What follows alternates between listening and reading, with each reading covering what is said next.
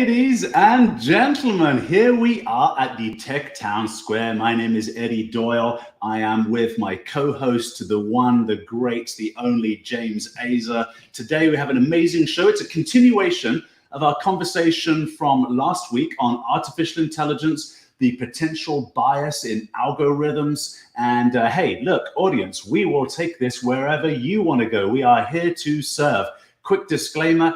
Any of the comments that we make or respond to on this show are ours and ours alone and don't represent any organization or company that we're affiliated to. And that's it for the house cleaning items. James, let's have a great time, man. Good afternoon, everyone. I'm in a black t-shirt again. It's awesome. Paisley's missing, baby. Look at that smile on his face. Yeah. Danielle says you're back to black. I am. We've kind of stagnated on our fundraising. We're forgetting our wounded warriors just a little bit. So I will add the link again here, folks. But this is part of the Wounded Warriors Stream to Serve in our Paisley shirt challenge, which I am now in black. I feel much more comfortable, by the way. Like black. We're not happy about that. We're not. Your Paisley, by the way, is very, very impressive today, Eddie. Yeah, you know, it's just, this one's the psychedelic shirt, right? I was wearing a Paisley earlier on a live show, and I thought, if I get the same audience members, they're going to think I've only got one wardrobe. So, yeah. What does everyone who watches me every single day think? Yeah, this guy wears just one singular black t-shirt. That's it. That's all he wears. He wears one singular black t-shirt. He probably doesn't change shirts. You know, he might every once in a while, but that's about it. It's funny. I've got a theory. I think this is why the folks that wear the same, it's like the Steve Jobs, right? You know, Gil Schwed, he's the same thing, black t-shirt. I think it's because when guys are super, super busy, they just don't want to make any more decisions in life. So if they walk up to their wardrobe and it's just black jeans and black t-shirts, it's like, there you go, decisions made. Is that why you're doing it, James? Yeah. I don't want to have to pick clothes. I don't want to have to spend time on thinking what I'm going to wear today or tomorrow. Just want to be, I'm comfortable. I love these shirts. And yeah, they're great. Paul remembers when he was on one of my first episodes before the black shirt, when I still worried about what kind of shirt to wear early on in the podcast days. Well, you see, and I'm a little bit the opposite. I'm kind of a clothing guy, right? I kind of like it. So I go to Bangkok on business, usually about once a year. And so I'll go with an empty suitcase because you know exactly what you get to do in Bangkok is get tailor-made shirts for $30. And so I'm now at a place where I actually will walk into a fabric store on some side street. I did that with this one, as a matter of fact. I'm like, oh, I like that pattern. I like that pattern. I just buy a bunch of fabric and then I take it to the tailor. I literally sketch out what I want with the cuffs and collars, and then I say, go. And $30 later, I've got a new wardrobe. So I'm that guy. How long does it take for them to make a shirt, though, when you bring the fabric? They can turn it around in like 24 to 48 hours. Yeah, pretty quick. Because I'm usually in and out. I'm not a fan of going to Bangkok. I don't like the city personally. I find it a bit rough going there. And yeah, Danielle's making a funny comment. If I were to leave it up to my wife, Danielle, I would not look like this. And if James were to leave it up to his, he probably wouldn't look like that. Yeah, I think here's the deal. We give our wives a lot of leeway in decisions, what we eat, how we eat. You're right. I'm taking a stand. My stand is my shirts. Now, my wife would never be happy about that. She always says, you're still wearing, she complains about my long beard now, which I'm growing for because of a religious purpose, because after Passover until the next Jewish holiday in less than a month, we don't shave. So I'm still getting haircuts because I can't not get a haircut, but I'm growing my beard. And so I hear about that as well. But that can attack her. Your beard can attack her. That can be painful. So I'm kind of on the fence as to whether I should support you with that one. But the clothing one, gentlemen, let's make a stand. This is part of our manhood. It is. So let's talk a little bit about the idea of today's show, which is, you know, AI and algorithms. And so here's a very interesting concept around AI and algorithms. So we have existing algorithms that exist everywhere today, and they're part of what we do. They're part of our life. They're part of everything else. And now we're adding AI to it. And so imagine a flawed algorithm in a flawed AI, and imagine that disaster. Right. So here's an interesting comment from Paul, just commenting on kind of his decisions get made for him. Artificial intelligence. So I'm colorblind. Some decisions are made for me. Exactly, Paul. So go with black and white shirts and pants, and you're good to go. But algorithms and technology. So you've now got this technology that will give super colorblind people. Like I'm colorblind with reds and browns, and I found that out on my application to the military when I was 16 years old. In other words, I didn't know it prior to that because really it doesn't affect me that much, right? It blends the shades and I just can't distinguish red and brown very well. So, okay, occasionally I'll look a little silly getting dressed, but there's technology to correct that. Now, I think our proposal is, what if that technology has inherent flaws to it? It will make us see the world in a certain color. That's what we're afraid of with algorithms having an inherent bias on them. And that is, I think, a great analogy. So thank you, Paul, for us to move forward into this conversation. So Danielle says AI is only as good as the data source, which is true. But there's an inherent other challenge with AI and algorithms. So it's beyond the data source. It's the way it thinks, the way it operates, the way it reaches its logic. A lot of people who've never worked on an algorithm or built one or designed one don't quite comprehend that algorithm derives off of data sets based on a preconceived programmable notion that's done by the person who created the algorithm. An algorithm is not some major non-bias product. If I create an algorithm and I say to the algorithm, anytime you see word X, you bury it. And anytime you see word Y, you push it up. And one of the interesting studies I'm working on right now is the idea of masking.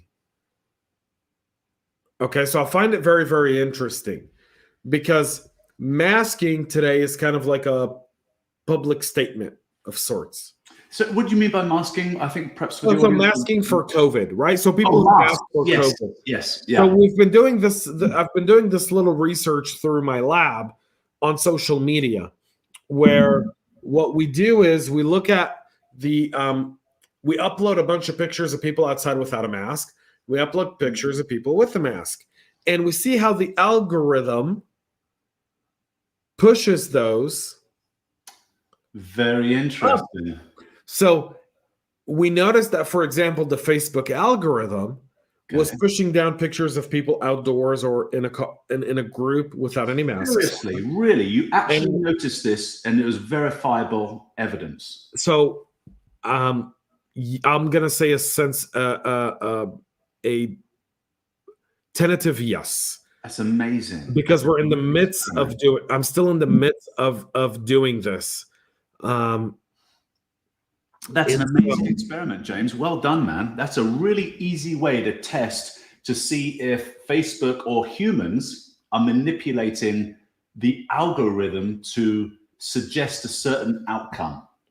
So, people have this conspiracy theory of sorts that says, these big organizations, everything goes through Zuck, but, maybe in some aspects, but I think if you've never sat in a CEO chair, you don't quite understand what it's like to be a CEO and how some decisions are really left downstream within the business. So imagine one of your engineers going, he's responsible for the photo algorithm of pushing pictures and videos that really do that. And that person has a specific bias towards something. Yeah. So in the study that we've done so far, we've uploaded 250 pictures of people without masks, and we've uploaded 30 pictures of people with masks. And the idea was to see, would they feature the maskless photos, because there's a lot more of them in volume than they would the masked photos. And the masked photos always had priority. They always were top of stream for the other people who are cooperating with me on this little piece of research that we're doing, right? And so we've essentially created our own community kind of within Facebook where we're intertwined in one way or another, and we're posting stuff on there, and we're trying to see what the algorithms show us. So they're constantly showing us things that kind of go along the lines of that a specific narrative when it comes to COVID. And that to me was extremely fascinating because that brought up the whole idea of, so here's an algorithm. This algorithm is designed to scan the photos and ensure they comply with, they don't violate copyright laws. They're not pornographic in nature. Right. They're not, they're not, drugs, even though you can find plenty of pictures of drugs on Facebook, but nonetheless, more or less these pictures are supposed to be sort of scanned, categorized, put into your feed. So this algorithm scans, notifies, then it's now scanning your face, and the technology identifies whether you're masked or not. Then if you're masked, it pushes you up to the top of the feed, and if you're not, it pushes you down to the bottom of the feed. Wow. It's very interesting. It's interesting from an ethical standpoint. We should get to some comments here in a second after what I'm going to say about ethics, because it's who's to say what's right and wrong? Here's the issue. So not taking a side in the mask thing. And by the way, I wear a mask, and here's an observation. No one in my family or anybody I know has had even a cold this year. So clearly they do something. I'm not advocating I'm going to wear it forever, and I try to rip it off as soon as I can. So that's my quick philosophy. Now, if you are I want to oppose the anti-maskers, or I want to oppose the maskers, you are making an ethical decision. And so putting that into your algorithm as a private company, you're very entitled to do that. That's not the ethics of it. It's your company. You can do whatever the hell you like. When you declare that you're making an ethical decision and then attempting to influence the kind of numbers that we see on Facebook, which can swing elections, like in Brexit, for example, now it becomes an ethical conversation. And this bit is fascinating to me, because if I was on the side of masks, I'd be like, okay, that's a great algorithm. Yeah, that's really cool. I like that Facebook's doing that, right? I'm not on that side. If I was on the side of anti-mask, I'd be like, I hate that bloody algorithm. I'm not on that side either, right? I'm right down the middle of the road on this thing. Couldn't care less. So I throw that out there. Let's get some comments, because there's been quite a few. And Eddie, that's true. And I did actually still serve. What's funny is I thought maybe I might not be able to, and as a sniper, but I did still serve in the reserve. So yes, they thankfully took me, and I was always grateful for that experience. Thanks, Danielle. No, and I'm not smart enough to be a rocket or a nuclear scientist. So Paul says, going back to his license plate analogy from last week, if you accidentally left off a letter, let's say a P, the algorithm would be forced to make a decision choosing from other letters or numbers. How do you handle that? So technically in the license plate, my understanding, because after Paul brought that up last week, I called a buddy of mine who's a sheriff, and I asked them, and they go, if it's short, a letter, if it doesn't read a letter, it'll pop it up to say pull over. And then the manual process takes in, and the police officer will go in and double check that the number scanned is the right number. And if it's not, they'll update it before they turn on their lights. So if you've ever been in like a police trap somewhere and a cop pulls up behind you and they start following you, and then all of a sudden they stop and they pull off to the side, it's probably because of that.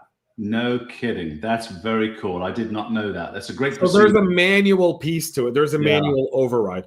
We'll go to the next one, which is masking is exactly the same. We need to fill in the blank and are often wrong. Could be that. Paul says, Danielle, good one. Yes, I was in the Navy, but I could never be a pilot or an electrician being colorblind. That is also very, very, very true. Mohammed, I hope you broke your fast. It's nearly nighttime. I don't know what part of the country you're in, buddy, but I know you're fasting for Ramadan as of this morning. So if you haven't broken the fast yet, I apologize for drinking water while you're on the show. But he goes, I suppose we should not judge an AI if the learning process is supervised. Correct. Right. But is the learning process supervised? So there's an aspect of regulating AI, which is very interesting. So who do you trust to regulate AI? The same people, the same government that botches almost everything? Right. Or the free capital market? And it's a big one. Well, by judging the AI, we are judging the people. We're judging the company. Facebook, let's say they're doing this thing with promoting masked faces. The judgment is on the fact that a human being punched that into a keyboard somewhere at some point in time. It wasn't the AI making that decision. So yeah, we're judging humans here, and this is why we have a town hall, right? A town square, so we can cast our thoughts on that. It makes it hard for the shooting ranges if the targets are a particular guy. Yes, I've revealed that I'm colorblind. Exactly. No, it's all good. It's more about how I've got odd colored socks on occasion. Dan, and Paul says, Daniel Goodwin, I have a couple of I have a couple of go-to outfits, but I often ask for her opinion, as I'm often wrong. That's why I keep my wife happy. Yeah, it's my last vestige of manhood, so unfortunately that tells you a lot. Oh, we're going to go on this. My boyfriend is colorblind and in the military, helping with his outfits. That's the lovely thing about the military, is when they tell you what to wear. There's no coordination for me back then. So AI will only be as non-biased as its programming. Beautiful sentence. I agree, James. What do you think, man? Yeah, so I agree. And now comes the question of, what does that mean, right? So what does that what does non-biased programming mean? Because that's really the $1 million question, right? What's non-biased programming? Yeah, and how does it impact us? So the problem with algorithms in bias algorithms in Facebook is there's pretty much only one game in town if you want to have that kind of social network. It's Facebook. So it's kind of the same as the United States has a bias. I would hope that bias is, love of country, the fact that we proved the capitalist experiment. I know I'm getting political here. You can jump in and annihilate me if you like. We've got a certain bias toward this country. Now, that bias does not bode well with, let's say, the Chinese Communist Party. Dictatorial, right? Very different system. So those two biases compete in the international marketplace and in the international arena of debates and unfortunately sometimes war. Algorithms essentially do the same thing. So if you think about it from nation state perspectives, you have a US algorithm, you have a Chinese Communist Party algorithm. Those two things would compete for people's attention. The problem in the private sector is that you've only got one Twitter, you've only got one Facebook, you've only got one Google, and they dominate. If you had, let's say, a right-wing Facebook and a left-wing Facebook, and they both had their bias algorithms, they would just duke it out in the marketplace, just like we do right now in our political opponents, right? The problem is there's no opponent to Facebook or Twitter or Google. So there is an opponent for Twitter.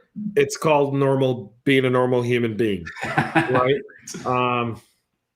There is an opponent for Facebook, and there's an opponent for Facebook. There's multiple opponents to Facebook now. Parler's back in the App Store, right? So, yeah. I mean, I'm a big fan of Parler. Don't worry, that's fine. They don't have the influence that Facebook does. Yet. I mean, I hope so, man. Yet. And I say that because what used to take 10 years for stuff to happen now can only happen in a matter of a year.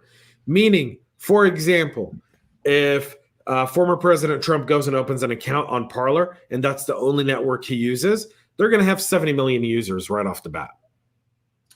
Yeah, but it's the other 70 that we need to convince. Yes, you know why? Everyone on Twitter who used to troll him is going to go right there and hang out in Parler. To go back to troll him on Parler again. Absolutely, they can't help it, right? So MeWe, Danielle brings up MeWe. There's a bunch of them, and there's competition, right?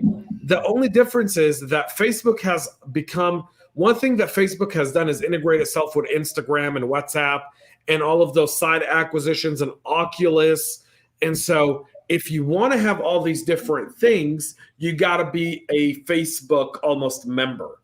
So I want to kind of keep that. I want to bring up our Paisley shirt challenge, folks. If you haven't donated to support the Wounded Warrior Project, please consider doing so now. Go to tiltify.com/@CISO Talk Paisley shirt challenge. You can donate. Any donation you give goes directly to support the Wounded Warrior Foundation, the Wounded Warrior Project, and the great work that they do with helping veterans recover from PTSD and critical injuries as well. You can go to tiltify.com and search CISO Talk as well and donate there.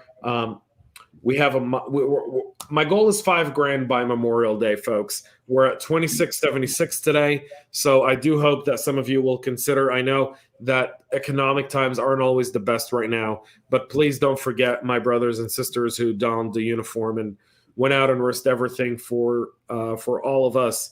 And some of them came home with scars. that are harder to live with than others. So go donate to them. It's an awesome cause. Plus, you get to see me in an ugly paisley.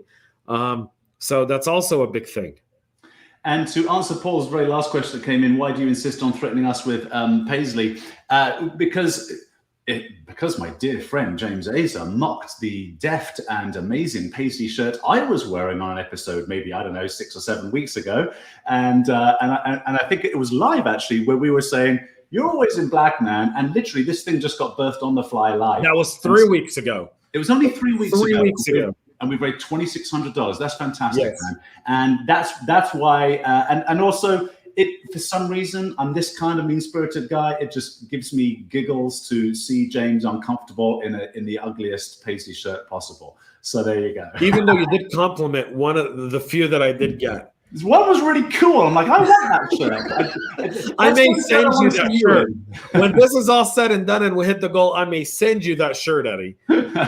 So going to some comments, Muhammad says, yeah, thank you for your consideration. Ramadan Kareem. Muhammad, it is the holy month of Ramadan for all of our friends who practice Islam. And so a very, very tough month because it's they fast from sunrise to sunset. So imagine not drinking water, brushing your teeth, showering, or eating from sunrise to sunset. And days are long. I mean, at least here in the South, man, sunrise at like 6:30 a.m., sunset, it just literally, there's still a little bit of light outside. It's 8:23. Good for you, Mohammed, man. And you look great. If that's your current picture, yeah, fantastic. Yeah, definitely. I could definitely use fasting to lose a few pounds too. So Paul says bias is only generally seen in retrospect. That's not true. You can see bias in real times now. Technology's enabled us to see biases immediately. So, for example, you can go and see if you go to the burning hellhole on the internet, which is Twitter, and you go to that garbage dumpster fire that is called Twitter. And you really feel. Yeah. So Twitter, a horrible place on the internet. So if you go to Twitter and you actually look at trending hashtags, you see biases a lot of times. Oftentimes, they're there.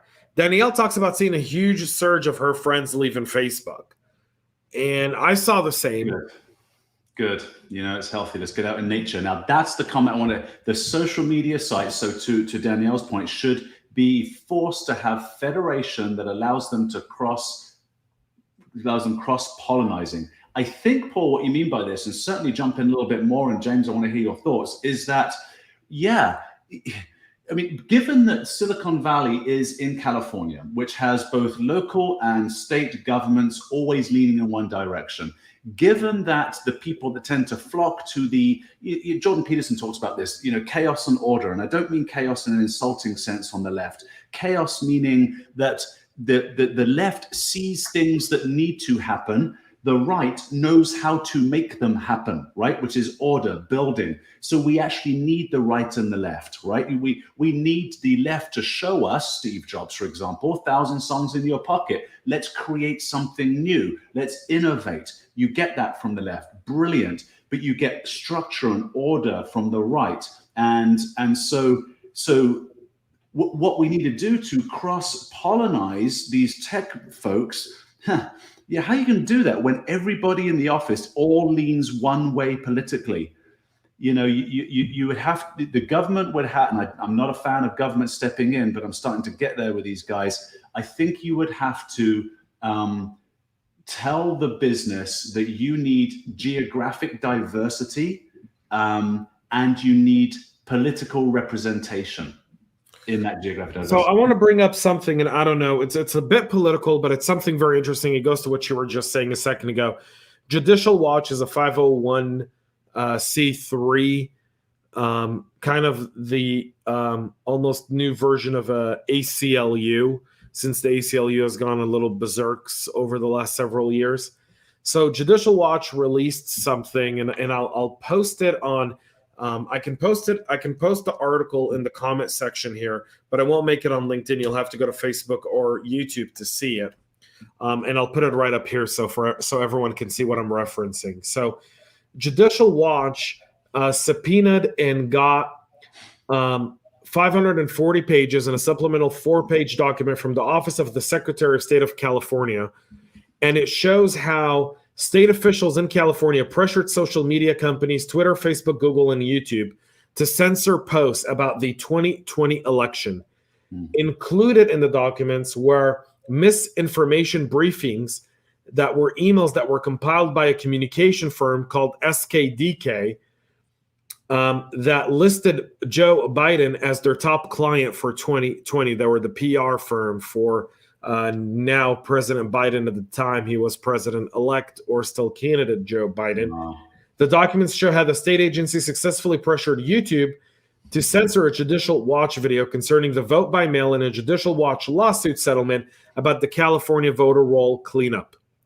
The records that were obtained by a California Public Records Act CPRA request to the Office of the California Secretary of State for records related to the Office of Elections, Cybersecurity's database of social media post communications with social media companies, and other social media related records regarding the 2020 elections. Judicial Watch filed the request after a December 2020 report surfaced that the state agency was surveilling, tracking, and seeking to censor speech of Americans. And the big tech companies were compliant with this? They were pressured into it. So the question now goes, how much of it was pressure? Yeah. And how much of it was compliance? I tell you, something that is really getting me going here in the last year or so is how much private industry and business is getting involved in politics.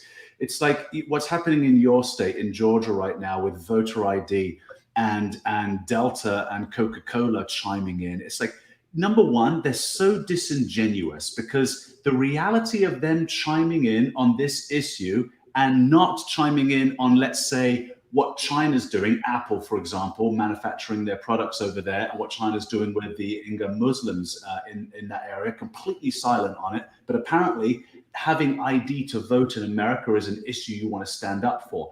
So the disingenuousness of it is just mind-blowing. Also, I genuinely think that there is a detachment in the ivory towers of the executives and PR firms of these corporations from reality, a detachment from reality. What I mean is that they are just saying what they think their customers want to hear so that they can sell more Coca-Cola. And what I've heard, tell me if this is true, I think the Georgia state government have pulled the tax incentive away from Delta. They did. They pulled the $35 million fuel tax incentive from Delta. I bring up the Judicial Watch story. And the reason I do is because it was one of the inspirational things that I looked at, because deep in this 540 pages, I've been able to look over about 50 of them with some in-depth analysis. I haven't had the time to read all 540. I read the 4-page synopsis. I've read about 50 pages. One of them was a Facebook and Instagram influencer, a guy by the name of DC O'Brien, I believe. Now he goes by DC Drano, who the Office of the Deputy Secretary of State and Chief Communication Officer, along with the Chief Counsel, and then the Chief Counsel and the Chief Counsel for the Office of Cybersecurity, as well as the Press Secretary, asked that they have this person's posts taken down and have his social media capped, so that he's not able to spread as much information. And this person, who resides in the state of California and is a resident of the state of California, is now suing the state of California and big tech for this isn't a public figure. This is just a person that has this is a person who's got like 100,000 followers on. I believe I'll tell you how many followers he has. And so they actually went into the algorithm and took him out. I'll tell you how many people DC Drano has here. I'll tell you. So this guy has a following. Is he a political? 1.9 million. He has 1.9 million followers on Instagram. And I'll tell you how many. Is he a political commentator of some kind, or just a dude that does stuff on Instagram? No, he's a political commentator. Okay. So his Facebook page has 166,000, and his Instagram page has nearly 2 million people. Okay.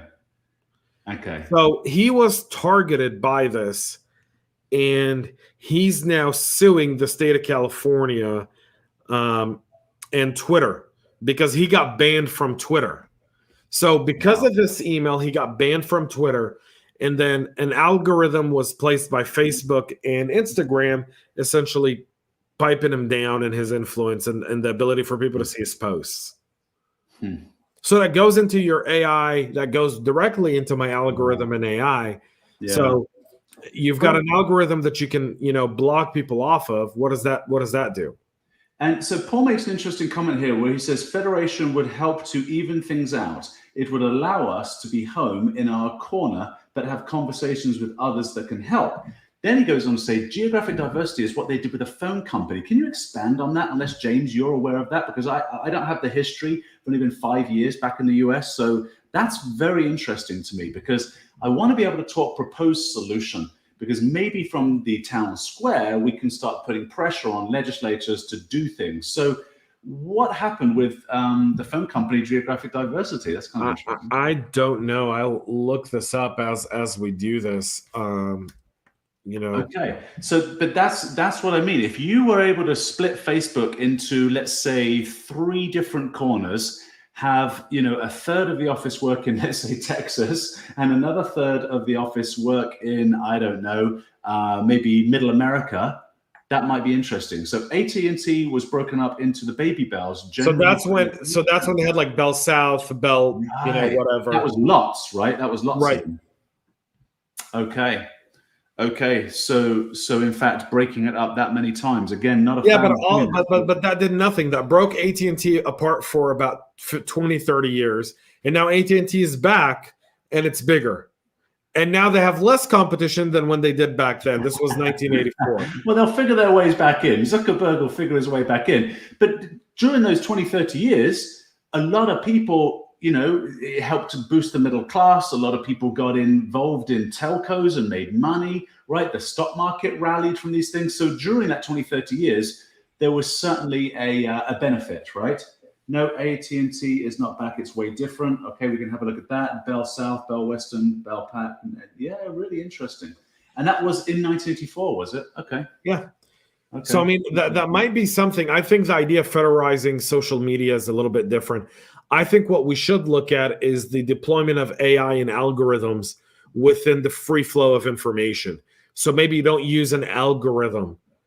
Maybe you outlaw the idea of the use of algorithm on your feed. Maybe you indicate that AI can only be used for specific purposes that can't be used on humans. Because here's my fear. My fear is that AI and algorithms and these manipulations are going to eliminate the need to think. And all you're going to do is you're going to receive it. And I see that. So over the weekend, I was in DC. And I stayed in Maryland with a few friends. And it was unbelievable for me. And I appreciate Georgia so much today. Because I was walking outdoors in Maryland and people were double masked walking outdoors alone. Now, that's why I kind of brought up the mask perspective. And that was kind of what got me thinking of, our little like Facebook experiment that we were putting together was how much are those people influenced by what they see on social media? Same kind of person that wears Believe Science on their shirt too, I'm sure. Right. So, and they had signs in Bethesda in Maryland that said, I love Fauci, and Fauci's a national hero. And I'm like, you're talking about a guy that's been wrong in every single global pandemic in his entire time in NIH. The guy was wrong with Ebola, AIDS, and so many others. And now all of a sudden he's Mr. The Science. But I don't want to get into the whole Fauci debate. The reason I bring that up is because you look at this now and you see this influence, and spending time in DC, I saw how people were very, very quickly, the stuff that they were saying didn't make any sense. The rules that were being enforced made no sense. I went into Trader Joe's right before I went to DC here in Georgia, and they had no social distancing signs on the floor anymore. They had no 6 feet apart at the cash register, stand here, stand here. The only place that still has it in Georgia, I think, is Whole Foods. But most of the other places don't anymore. people don't wear masks outdoors. You're wearing masks inside because some businesses don't require you to do it. Today, I received my second vaccine, and by all CDC, by all international guidelines, even Pfizer says, once you're vaccinated twice and a week's gone by, you don't need to mask anymore anywhere, right? You're okay. So I think, and your point there is that if somebody builds into the algorithm what they want to do, so let's say, I think your point is, after being vaccinated, surely I'm free to go. Oh no, because guess what? Facebook is using the algorithm to push masks up to the top of the feet. Yeah, exactly. I do want to get to this comment from Paul. In the early 80s, there was no phone competition. Right, now there's Verizon, Frontier, AT&T, and Windstream. And they're forced to work together. As a libertarian, Paul, it pains me to say what I'm saying here, but I can't see another way other than breaking Facebook up. And I'm trying to really reach for another way because it goes against everything that's kind of in the core of. How do you break Facebook up, Eddie? Because Facebook isn't like AT&T. Okay, you break it up by saying, you know what you could do? You could actually say each state run their own Facebook. So Texas and Florida just did that. So Florida just passed the law in the Senate, and now it's going to the Florida House, and then it goes to the governor around the regulation of social media. So if social media censors a political candidate, they can get about $100,000 fine a day. But that's not breaking them up, right? And that's an attempt. But that's holding them accountable. But Zuckerberg's got lawyers, man. I mean, that'll do nothing. It'll do something small. Well, it gives you, as a Floridian, the ability to sue them in court and win. Because then Facebook could say that we no longer work in Florida. And now you get the competition, the Parlers, the MeWe's coming and saying, hey, we don't censor anyone. We don't use algorithms. Come to our platform. And all the Floridians are going to flock to those platforms. And then other people who want to connect with them. If Facebook bow out, but a $10 million fine, $100 million fine, this is nothing. It's a $100,000 fine a day if they ban you. And you can get an emergency injunction to relieve the ban. So let's say you post something on Facebook. Yeah. And Facebook says, Eddie, you're banned. You go, no way, I'm not. You go to court. You file an emergency injunction. They get the emergency injunction. Now you got to wait to go to, a hearing that's scheduled a week down the road. But for that week now, they can't ban you. They can't censor you. I just think $100,000 a day for those guys is chump change. It's something. I don't know that it's gonna. But if they do that to 500 people a day, that's $5 million a day. It's better than nothing. It's a deterrent. Yeah, it's better than nothing. I would like to have. I would like to see a piece of paper that says if we break it up into all 50 states as individual business units, then you've got a fair representation of what the US is already voting in, as opposed to not true. Because if you break Facebook up based on regions, the workforce is still going to end up being in Silicon Valley. People are still going to be where they are. No, I'm saying you make them work elsewhere. You can't do that though. That's not realistic. I'm sorry to say that's not realistic. I bet you after the pandemic, there's a ton of Facebook employees spread all over the US who didn't want to live in the Bay Area because it's so expensive. Like Boise, Idaho, there's a ton of technologists there. There's a whack load in Arizona, in Phoenix. I bet you could do something along those lines. I don't know if breaking Facebook up is the right move. I want to get to some comments here. So okay. Mohammed says, I hate how social media algo are covering up whatever doesn't match their agenda without even publishing it out. Most probably not the people agenda. Yeah, that's so true. Right. Mohammed, you nailed it on the head, brother. Paul says, I could agree with breaking Facebook up. Regions is a good idea. For Facebook, you could create a red team, blue team, and et cetera. Let the people choose. Yeah, but then we're losing the marketplace of ideas. And this is why I disagree with breaking Facebook up. Because all we do by breaking Facebook, this isn't like the phone company and using the same idea as the phone company, I think is false at premise. The phone company never censored you, Eddie. It charged you more money. It was capitalistic in nature. That's why they broke them up. Yeah. But they didn't censor you per se. Sure, no, it's Facebook, if you do a blue Facebook for Democrats and a red Facebook for Republicans, all we do is we rip our country further apart, because now I'm in an echo chamber of my ideas.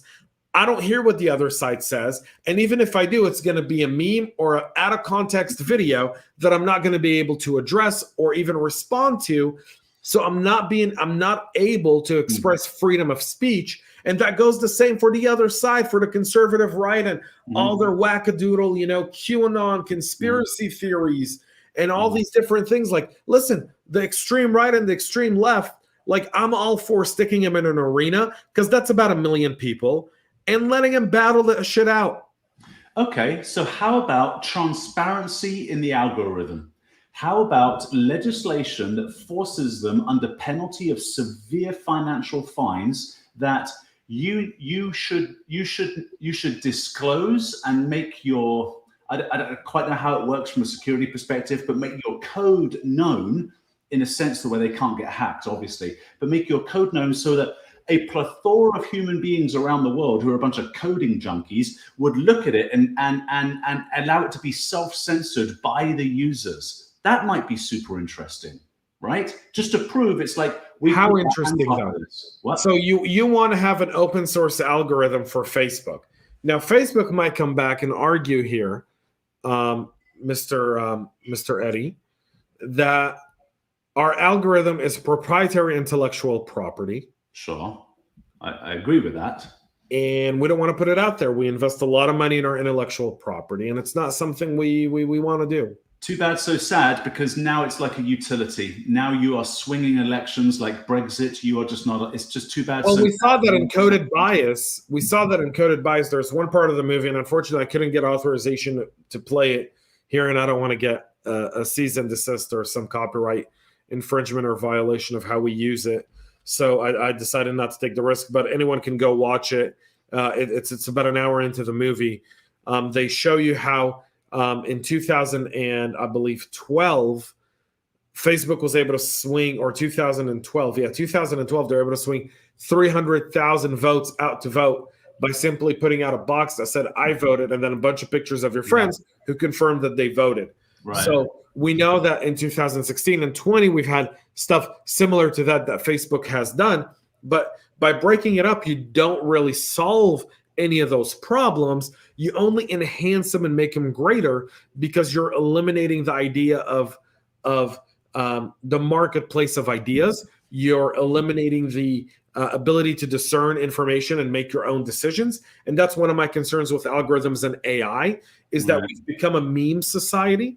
And so I read a meme and I don't know the context of it, but that meme becomes truth. I watch a 1 minute video and that video becomes truth, right? And people translate all these different things differently, and it eliminates the ability for people to talk. And when people don't talk with people they disagree with, when people don't go on the line and say, I am in this and I want to understand your point of view. I don't have to agree with it, but I want to understand it. And I want you to understand mine. And I want us to find what we agree on. Well, what social media has done is it's eliminated that. Our goal on this show is to bring back that dialogue. But we look at it today, Eddie, and man, I don't know if breaking up Facebook's the right move, because I feel like transparency is, so you need more transparency, but then if you let the government do this, lobbyists are going to write the rules, and there's going to be loopholes in the rule. Right. Yeah. Let's get to some comments. I like the transparency. I'm going to push hard on that for our conversation here. Okay, so Paul, if they are monopolies, the government can't stop them from stopping or blocking. The government can stop them from stopping or blocking certain actions. He goes on to say, for instance, when AT&T wants to change pricing in home phone service, they had to get it approved by the Public Service Commission. Again, that was a utility. And I feel like Facebook isn't at the point where they're too big. I feel like globally they're large, but I feel like if the U.S. took right action, you could globally constrain them, because most people will follow through. Right. And if they want to stop copper with old phone lines, they had to get it approved too, which is, unfortunately, that's the downside, right, of innovation. It's also, we invested so much in the copper, people sat back on their laurels and didn't develop cell phone technology as fast as, let's say, China and Africa. So we almost got a little bit behind here. In rural areas, they have to maintain the service and cannot stop it. Yeah. Okay, I like transparency. I like legislated transparency. You have to get around the objection you rightfully brought up on you don't want lobbyists creating the transparency because they'll have loopholes. But where's the downside to this, James? If we say to Facebook and Twitter and the rest of those guys, you have to show us that you're transparent, and it has to be completely open to anybody, not like a panel of judges, right? Completely open to anybody that wants to have a look at this thing. Wouldn't that be a massive step in the right direction? So here's the challenge with going down this, and this is the challenge of our generation. This is our challenge in terms of how we go forward and the sanctity of our Bill of Rights and our constitutional rights as given to us by the founding fathers.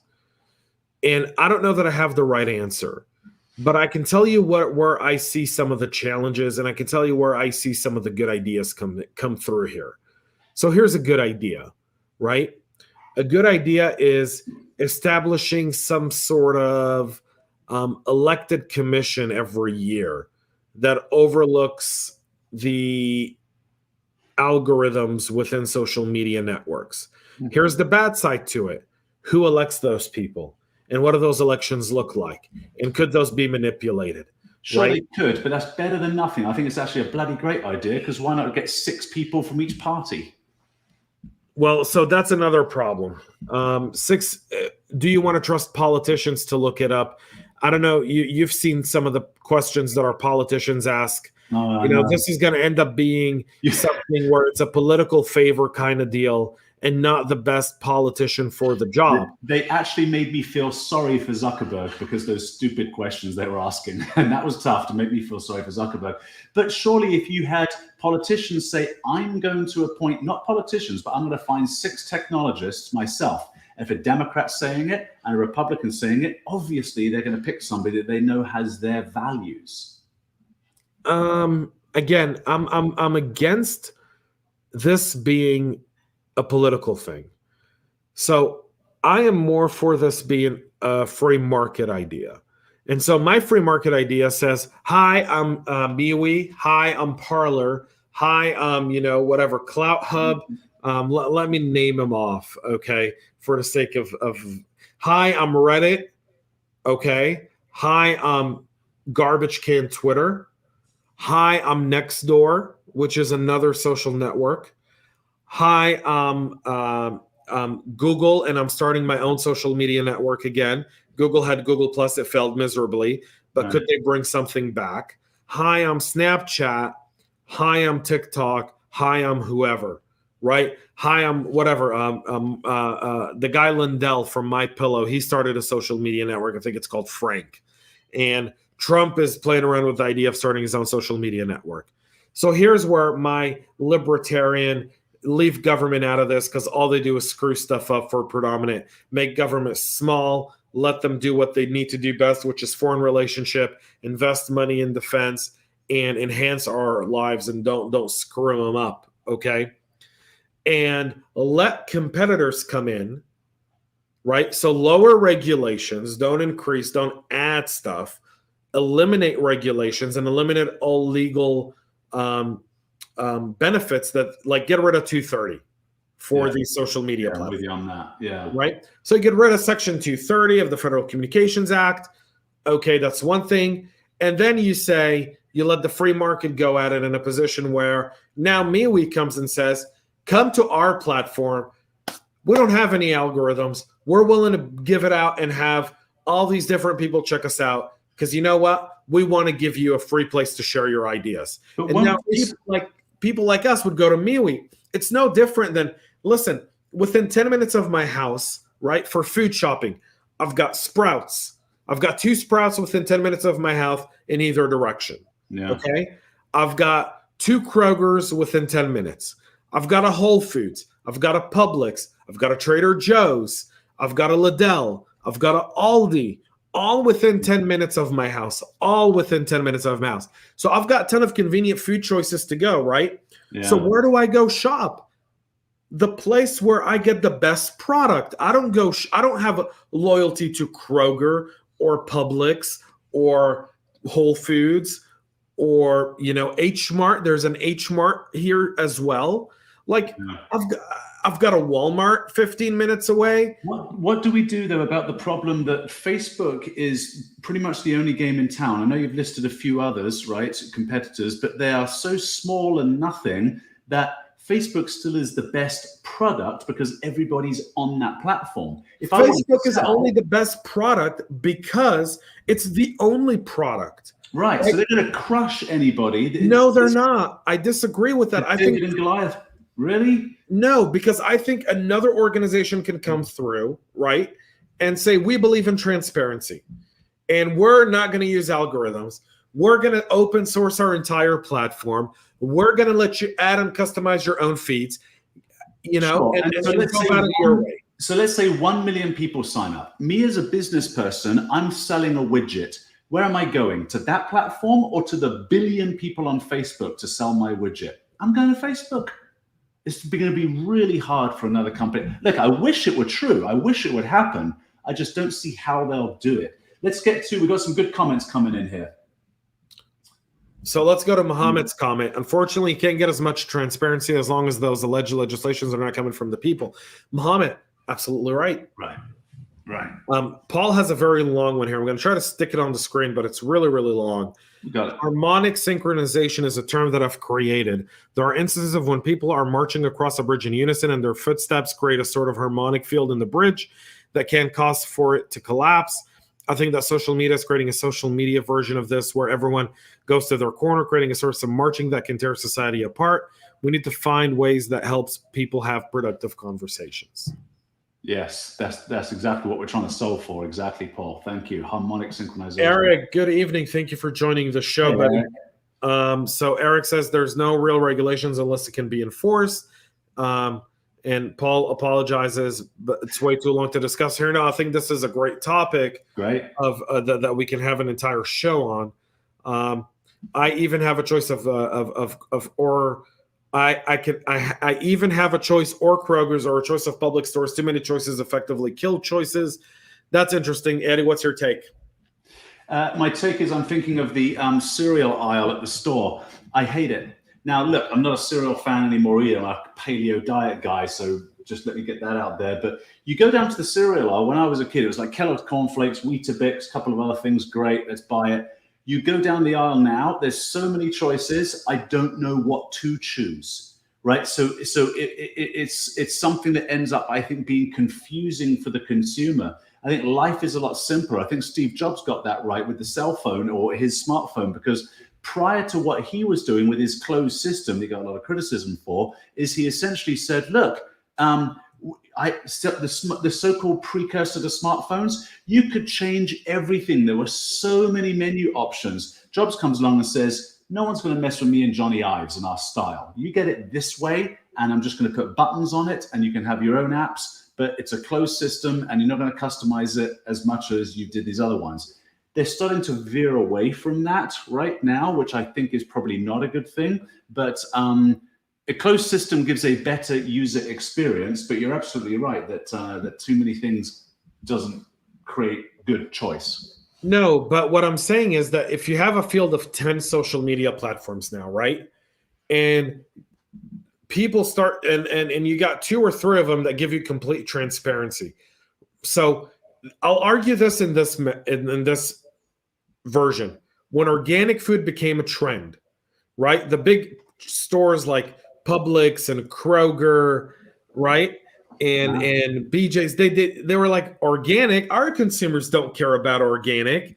No one wants organic. They just want food, and they want the best food at the best price. No one cares for organic, right? Then in came organic retailers that started eating their market share. Right? And what did all of those do? Have you gone to a Kroger lately or a Publix? They've got an entire organic section and a healthy food section. And you're on the paleo diet, they've got an aisle just for paleo and keto with a freezer just for paleo and keto in their stores. So if you're on a paleo and keto, you don't have to go through and look at the 20 different choices of cereal down the cereal aisle. You go down and you see here's 5 paleo cereals, here's 5 keto cereals, here's the 3 pizzas you can have on this diet, and here's your yogurt, and here's all of that. So you have to understand that we have to have a lot of choices. And then what's going to happen is the market's going to come and it's going to do one of 2 things. MeWe or Parler aren't going to overtake Facebook. But what they might force Facebook to do by eating up their market share is be transparent with their algorithm. Be more transparent with their algorithm. That's it. Very interesting. What do they say? They say necessity is the mother of invention, right? You make it necessary for Facebook and then they'll invent. So Eric adds, regulation is realized by establishing enforceable controls. For example, user education is something that can be tracked and assessed. Yeah, but here's the thing again. Regulation is going to be a 4-year thing like tax rate. And I think that's what most people can't comprehend, because if you've never been to DC and you've never spent time with these people, and it's not the elected officials as much as it is the staffers, right? And we see that now. We're seeing it now with the difference between the Trump administration and the Biden administration. The complete reversal of specific laws, of specific norms to the complete other side. So let's go with what Eric says here and what Paul has said. Paul says, yeah, all you really need is Captain Crunch. And he goes, another example is also based on users' acceptance of rules, of behavior rules in conjunction with plain language definition of platform algorithms. How many people understand algorithms? How many people would understand? The average user in, I stopped in Charlottesville, Virginia. That's a college town, not a good example. Let's say in rural Virginia, in a small little city. How many of those people understand platform algorithms? They don't understand them. They don't understand algorithms. They just want something to be able to communicate, go to an event, wish someone a happy birthday, and go on with their day, right? They don't look at it for more than that. Here's what you guys have to understand. If we go down the regulation, and if we break apart Facebook now, and Eric, I should have connected with you when I was in DC over the weekend, brother. If we break up Facebook right now, here's what we're going to have. We're going to have a majority Republican or Democratic House pass some sort of regulation. And that regulation is going to be so far-fetched, it's going to have nothing to do with reality. And then some new administration is going to come in. They're going to look at that law and they're going to be like, we're going to adjust it, right? So we're going to go in and we're going to fix it. And you're never going to, stop putting your money on government. Government does not solve problems. It doesn't. It doesn't. They only create more of them. And so what we need is we need free market. We need government to step out of the way. We need the government to take away all the immunities or lack of thereof that they've given these organizations and allow for free market to go about it. And if you do that, we might have a chance at having transparency. That's beautiful, man. And listen, let's we're right up to the hour. Let's get a couple of comments. But based on what you were saying there, and necessity being the mother of invention, I think what I might be able to pin some hopes on, in addition to transparency, is the fact that there are some smart people out there who can probably figure a way to take on, as you say, they might not replace Facebook, but to take it on to an extent where they force their hand, right, and make them necessitate a solution. The marketplace has not solved this problem. It's only now in the last kind of 10 years that needs solving, though, right? So we didn't realize we had a problem until the last about 4 years. Yeah. And originally, it wasn't a real problem until about the last year. For the US, yeah. Brexit was a real awakener for the Europeans, although I think that's right. And the Europeans have taken some concrete steps against social media networks. Yeah. Are you referring to GDPR? Beyond GDPR, I'm talking about algorithms and AI, the way they collect and share data. They've done a lot of different things around social media networks that I think are really critical. So, folks, stay with us for a few more minutes. I kind of want to wrap this up because the comment that Eric brings up here, I think, is worth 5 more minutes of debate. Because here's the issue. The marketplace can solve this problem because every marketplace has solved the problem.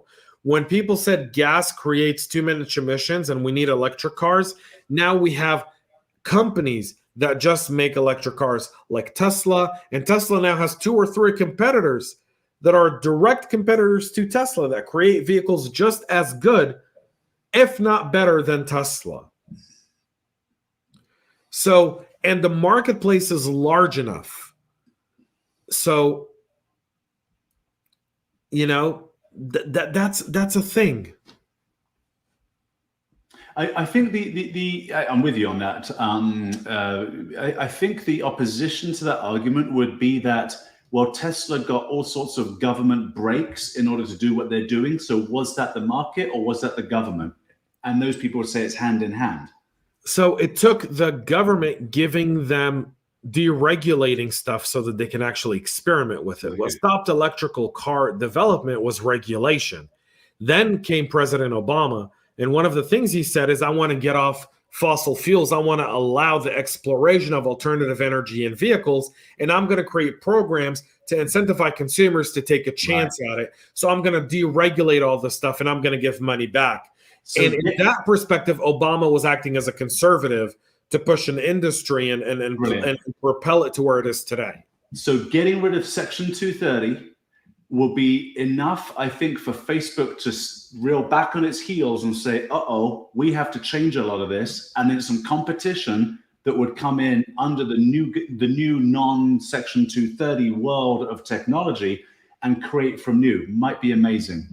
This is a great and relevant conversation. Thank you, Paul. Except for the paisley shirt. It's not a paisley shirt. It's just a wild shirt. So Eric says the necessity is for plain language that describes the issue. And finally, he says to Paul, that's not paisley, LOL. He kind of backs you with your a man of style, Paul. Thank you. All right, excellent. Ladies, gentlemen, people of all over the globe who've tuned in for today's Tech Town Square, thank you so much for being part of the show. Thank you. We really do appreciate it. This is a really, really fun discussion. I'd be interested in. I may put up a survey tomorrow asking what we should talk about next week. Yeah, do it. Yeah. Yeah. Exactly. And I'm still colorblind. Yeah, Paul, we'll get there. Market is large enough for platforms are disproportionately distributed via overgrown venture investment. Wow, we can unpack that one next week. Yes, we can. That's a big sentence. Yes, we can. So I'll put up a few topics on a survey next week. Eddie will share it on LinkedIn. I'll share it on LinkedIn. Go to our LinkedIn, follow James J. Azar or Edwin Eddie Doyle. And we'll talk about that. Maybe we'll look at trying to unpack 230, but we are the Tech Town Square, so we want to try and stick to a little bit more technology, a little bit less of the political stuff, even though sometimes tech and politics now kind of intertwine. And so we'll put up a few topics here tomorrow, and you guys can vote on them until the show next week. Yeah. So that's it for us here, guys. Eddie, take us away, buddy. Beautiful. Ladies and gentlemen, thank you so much. Be safe. Have an amazing time with technology. It's better to live today than it has been any other day in human history. So, hey, thanks, tech. Let's be grateful. Goodbye, everybody. Cheers.